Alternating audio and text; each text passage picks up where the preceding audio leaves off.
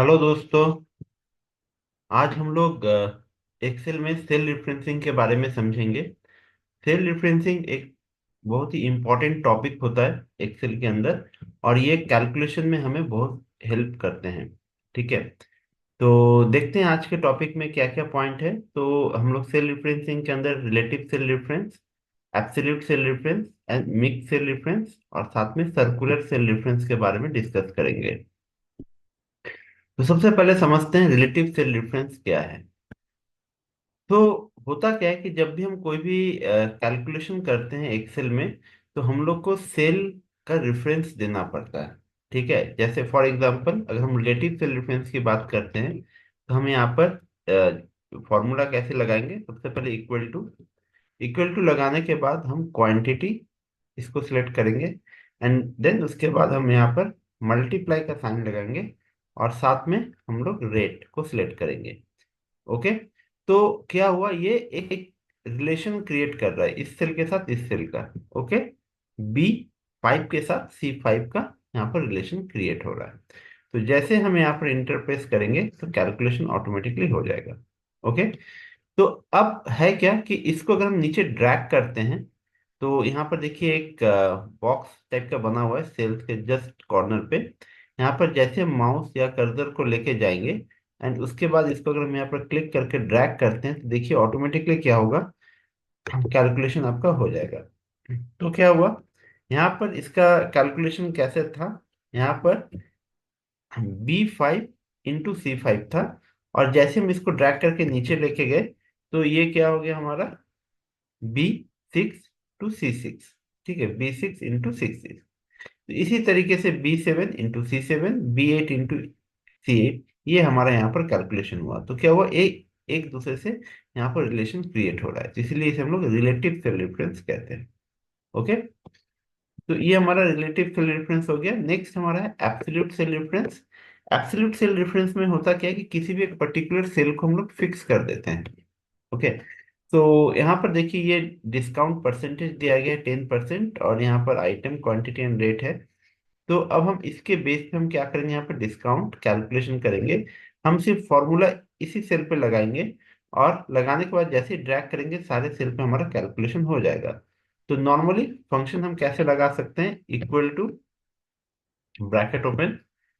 ठीक है, क्योंकि मल्टीपल कैलकुलेशन है, तो इस वजह से हम लोग यहाँ पर ब्रैकेट में करेंगे 50 B7 ये हमारा C7 हो गया। इसको ब्रैकेट ऑफ करेंगे। करने के बाद यहाँ पर हम मल्टीप्लाई का फिर से साइन लगा के हम D4 वाला जिसमें परसेंटेज दिया गया है उसको हम सिलेक्ट करेंगे। तो देखिए ये करने पर क्या होगा, यहाँ पर आपका कैलकुलेशन हो गया।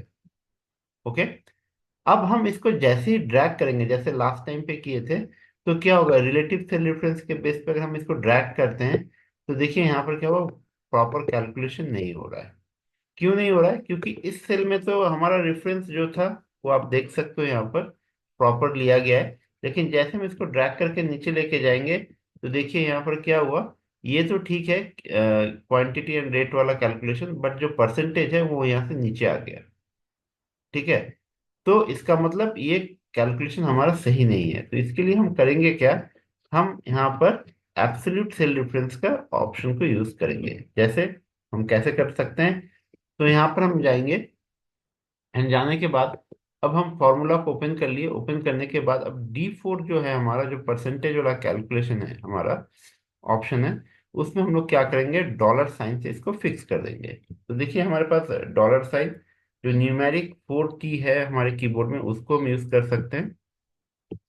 ठीक है, या फिर हम F4 जो की हमारा, उसको भी हम यूज कर सकते हैं, हम अपने डॉलर से डॉलर को अप्लाई करने के लिए। तो देखिए डॉलर लग गया, तो अब ये क्या हो गया, ये फिक्स हो गया। अब जैसे अब नीचे जाए जितना भी ड्रैग करेंगे, हमारा ये सेल हमारा एज इट इज रहेगा। देखते हैं, यहाँ पर हम फिर से क्लिक करेंगे इस सेल पे, D7 पे, एंड देन अब हम इसको ड्रैग करते हैं। अब देखिए यहाँ पर क्या हुआ, प्रॉपर कैलकुलेशन आ रहा है, क्योंकि हमारा ये जो परसेंटेज है, डिस्काउंट परसेंटेज, ये हमारा फिक्स हो गया। तो इसे हम लोग एब्सोल्यूट सेल रेफरेंस कहते हैं। ओके, नेक्स्ट आ रहा है हमारे पास mixed cell reference. Mix cell reference में क्या होता है कि हम पर्टिकुलर सेल को हम पूरी तरीके से फिक्स नहीं करते हैं। हम यहाँ पर ऐसे करते हैं कि पर्टिकुलर रो या फिर पर्टिकुलर कॉलम जो है वो हमारा फिक्स हो जाए। ठीक है, या तो रो या फिर कॉलम। तो अगर हम ऐसे कोई भी ऑप्शन अगर हम यूज कर रहे हैं एक्सेल में, तो उसे हम लोग मिक्स्ड सेल रेफरेंस कहते हैं।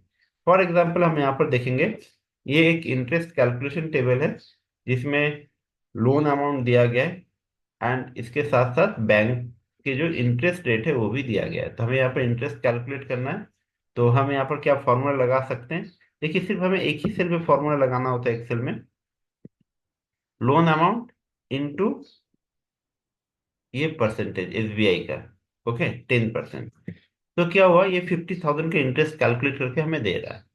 बट अगर हम ये ड्रैग नीचे करेंगे या फिर ड्रैग इधर करेंगे तो क्या होगा, ये प्रॉपर कैलकुलेशन नहीं होगा।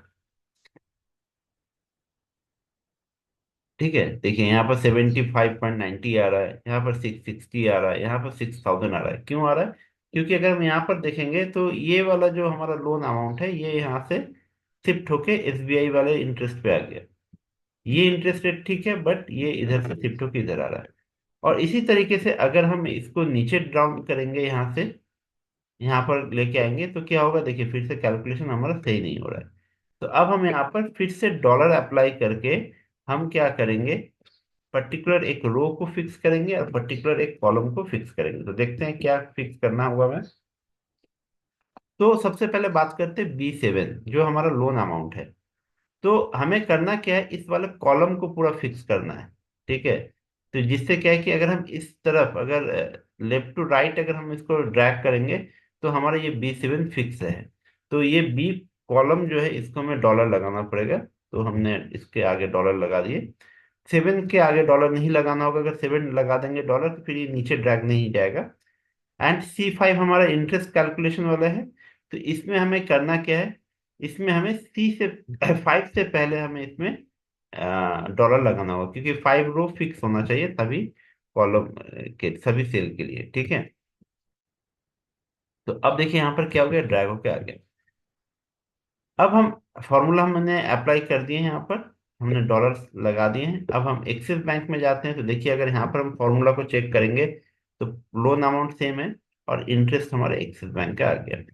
इसी तरीके से अगर हम इसको ड्रैग करके आगे लेके जाते हैं तो हमारा कैलकुलेशन ऑटोमेटिकली वही रहेगा जो हमने इसमें हमने फिक्स किया हुआ था, सेम वही फॉर्मूला इसमें आपका होगा। बट ये प्रॉपर तरीके से आपका कैलकुलेट कर रहा है, देखेंगे इसमें भी हम चेक कर सकते हैं एंड इसमें भी हम चेक कर सकते हैं। ठीक है, तो अब हम क्या करेंगे, इसको यहाँ से हम ड्रैग कर सकते हैं नीचे। नीचे ड्रैग करेंगे, कैलकुलेशन प्रॉपर हो जाएगा। एंड इसको फिर से अगर हम इस तरफ ड्रैग कर लेते हैं तो पूरे टेबल में आपका कैलकुलेशन अप्लाई हो गया। मतलब क्या हुआ, हमने किया क्या, फिर से मैं आपको एक बार दिखा देता हूँ। हमने यहाँ पर इक्वल टू, ठीक है, एसबीआई के ठीक नीचे सेल पे लोन अमाउंट सेलेक्ट किए इनटू परसेंटेज वाले कॉलम। तो अब हमें यहाँ पर इंटर करने पर ये तो कैलकुलेशन हो गया। अब हमें यहाँ पर क्या करते हैं, फिक्स करते हैं बी कॉलम को फिक्स करते हैं एंड C5 में 5 रो नंबर 5 को फिक्स करते हैं।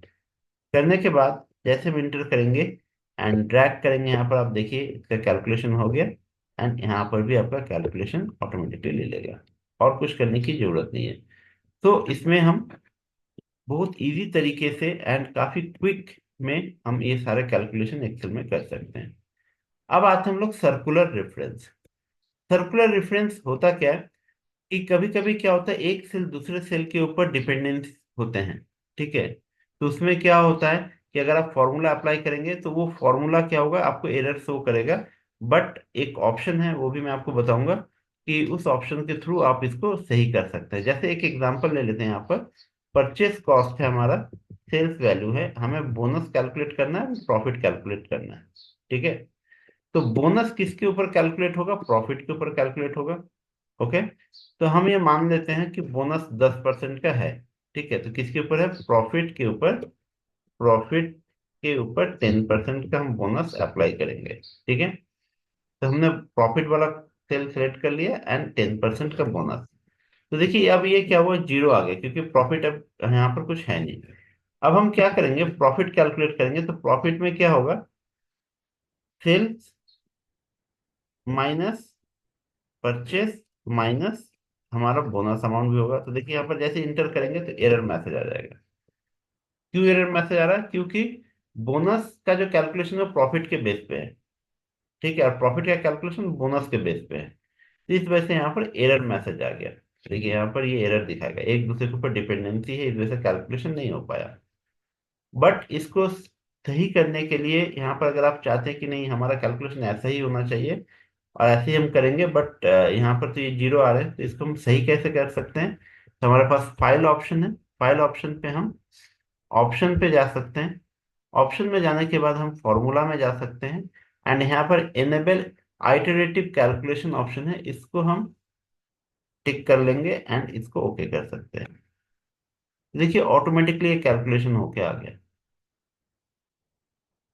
ठीक है, तो इस तरीके से हमने यहाँ पर आज के सेशन में देखा है रिलेटिव सेल रेफरेंस के बारे में, एब्सोल्यूट सेल रेफरेंस के बारे में, मिक्स सेल रेफरेंस के बारे में एंड सर्कुलर सेल रेफरेंस के बारे में। तो ये था आज का सेशन।